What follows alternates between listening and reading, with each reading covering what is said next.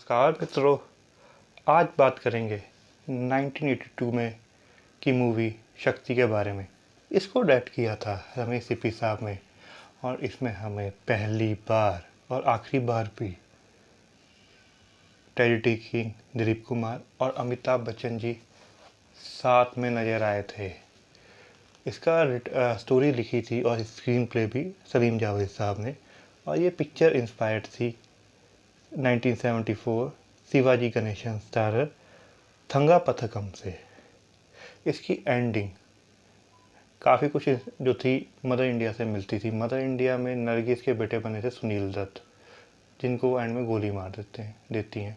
इसमें अमिताभ बच्चन जी बने हैं बेटे दिलीप कुमार साहब के, और दिलीप कुमार साहब इसमें एक पुलिस ऑफिसर दिखाए गए हैं, और अमिताभ बच्चन जी इसमें क्राइम करते हैं और एंड में उनको गोली मार देते हैं। तो काफ़ी कुछ एंडिंग इनकी एक जैसी ही थी। अब मैं एक बात कहता हूँ कि अमिताभ बच्चन शायद पहले इस पिक्चर में काम नहीं करने वाले थे। इस पिक्चर में पहले काम करने वाले थे राज बब्बर, पर अमिताभ बच्चन जी बहुत बड़े फ़ैन थे दिलीप कुमार साहब के, और उनकी हमेशा दिल्ली ख्वाहिश थी कि वो दिलीप कुमार साहब से के साथ काम करे, to just work for the role, to get a work done with Dilip Kumar साहब। उन्होंने ये पिक्चर के लिए खुद ही अप्रोच किया कि मैं ये पिक्चर करना चाहता हूँ। बड़ी अजीब सी बात है, उस समय जो थे प्रोड्यूसर डायरेक्टर की लाइन लगती थी अमिताभ बच्चन जी के यहाँ पे कि आप हमारे साथ काम करिए, पर दिलीप कुमार साहब का इतना अच्छा पर्सोना था, इतनी अच्छी उनकी अदाकारी थी कि हर कोई उनके साथ काम करना चाहता था। यही बात राखी की भी कह सकते हैं। राखी ने इस पिक्चर में उनकी अमिताभ बच्चन जी की माँ का रोल किया है, पर कभी कभी त्रिशूल में उनकी उनकी जो थी फीमेल इंटरेस्ट का भी रोल किया था। तो थोड़ा सा अजीब सी बात थी कि एक थोड़े साल पहले आई पिक्चरों में वो उनकी हीरोइन का भी रोल कर रही थी, और इसमें अब उनकी माताजी का भी रोल किया था। इस पिक्चर में समिता पाटिल ने जो थे अमिताभ बच्चन जी की लव इंटरेस्ट का रोल किया था। हालांकि ये पिक्चर जो थी मुझे बहुत अच्छी लगी, पर मुझे भी सुन के चौंकने वाली बात हुई कि ये पिक्चर एक एवरेज ग्रॉसर थी। जिस पिक्चर में उस टाइम के सुपरस्टार अमिताभ बच्चन, दिलीप कुमार हो, वो एवरेज ग्रॉसर। पर रियलाइज़ किया तो पता लगा कि अमिताभ बच्चन जी की उस समय एक ट्रेंड बन गया था पिक्चरों का। उसमें मार धाड़ तो होती थी, पर उसमें लाइट मूवमेंट्स भी होते थे, आइटम नंबर भी आते थे, तो जो था वो पूरा पैकेज होता था। पर इस पिक्चर में अमिताभ बच्चन जी बहुत इंटेंस रोल कर रहे थे। और दूसरी बात ये भी थी कि ये जो थे दिलीप कुमार साहब के डायलॉग डिलीवरी, बोलने का तरीका, और ये पिक्चर काफ़ी कुछ उन पर भी फोकस हुई थी। इस वजह से लोगों ने और इवन क्रिटिक्स ने भी कहा था कि दिलीप कुमार अमिताभ बच्चन पे हावी हो गए। हालांकि जब मैं आज भी देखता हूँ, मुझे तो वो बहुत ही अच्छा उनका रोल किया हुआ लगता है। उन्होंने अपना जो रोल था बहुत प्रॉपर वे में किया था, वो इंटेंस रोल को। इसमें एक और बात ये भी हुई थी कि अनिल कपूर ने अमिताभ बच्चन जी के बेटे का रोल किया था। हालांकि उनका रोल बहुत छोटा था, और उस समय तो वो नई नई इंडस्ट्री में आया था, अपनी जगह बना रहे थे। तो ये सिर्फ पिक्चर के स्टार्ट होती है, उसके कुछ मिनट और एंड के कुछ मिनट में दिखते हैं।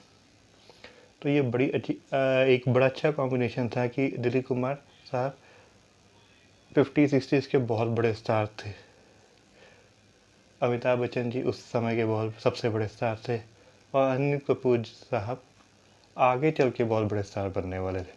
तो एक तरह से 3 जनरेशन, स्टारडम की जनरेशन आप एक पिक्चर में देख सकते हैं। इस पिक्चर को 4 फिल्म फेयर अवार्ड मिले थे। दिलीप कुमार साहब को बेस्ट एक्टर का, और इसी कैटेगरी में अमिताभ बच्चन साहब भी नॉमिनेट हुए थे। बेस्ट फिल्म का अवार्ड मिला था इस पिक्चर को। बेस्ट स्क्रीन प्ले का भी अवार्ड सलीम जावेद साहब को मिला, और बेस्ट साउंड डिज़ाइन का भी अवार्ड मिला था।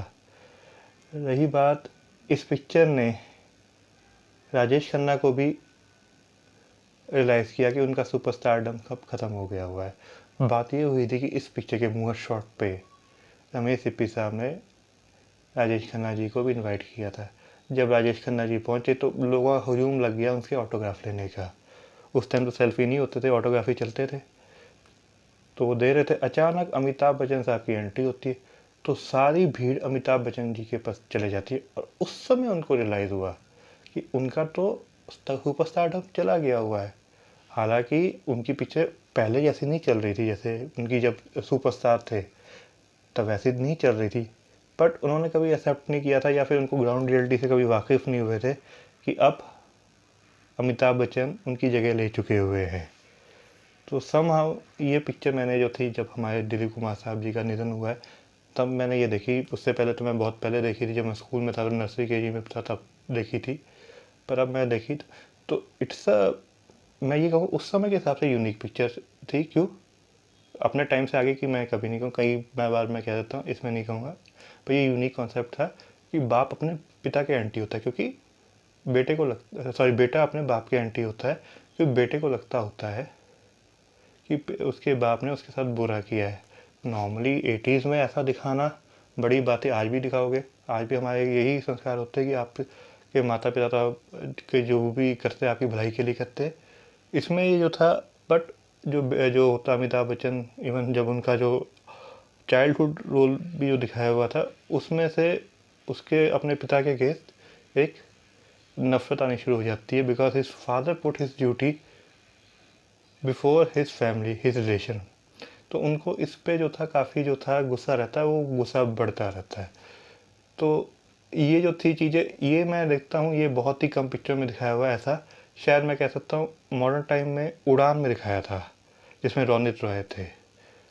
पर ये कॉन्सेप्ट यूनिक है, आज भी यूनिक है, उस टाइम तो बहुत ज़्यादा यूनिक था। तो समहाउ ये पिक्चर मैंने यूट्यूब पे देखी थी, आप भी देख लीजिए, यूट्यूब पे अवेलेबल है, किसी OTT प्लेटफॉर्म पे भी होगा, अगर है तो मुझे आप शेयर कीजिए, मैं डालूंगा उसको अपने लिंक में। आई विल से एक पिक्चर जिसमें आप अमिताभ बच्चन और दिलीप कुमार साहब को दोनों को साथ देखेंगे, उसको आपको मिस नहीं करना चाहिए। आप दो जनरेशन्स को देख रहे हैं। I will say it's just give a try this weekend. Okay, good night, शब खैर, जय हिंद।